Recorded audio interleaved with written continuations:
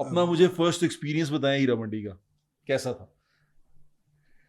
Experience जो था, अब आई थिंक प्रॉपर गुजर के, मैं तो पहली दफा हाँ जब हाँ, गया वही हूं मुझे ना, बताया ना, तो क्या गुजर के देखा? देखा, मतलब एक अजीब मंजर था कि नीचे भी ऊपर भी 3-3 फ्लोर्स पे वो जो थी वो बैठी होती थी, ठीक है। और हम उस वक्त ये करते थे कि जो भाई ज़्यादातर उसमें कि भी गुजर के बीच में से यही हमारा हाँ। था कि गुजर के देखे और वापस के चले गए, ये भी। हालांकि फिर पहली दफ़ा मुझे याद है कि कुछ फ्रेंड्स जो थे वो आए, हाँ,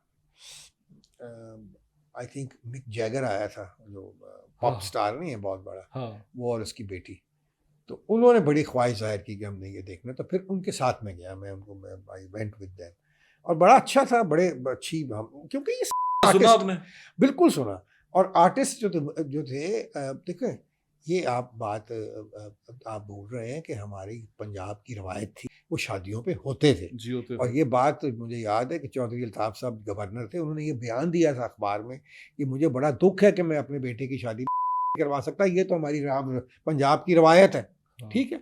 तो शादियों पे इधर उधर तो बिल्कुल ज़रूर देखे, लेकिन ये आज भी सारे जो पुराने लोग हैं उनकी शादियों पे देखो होते हैं।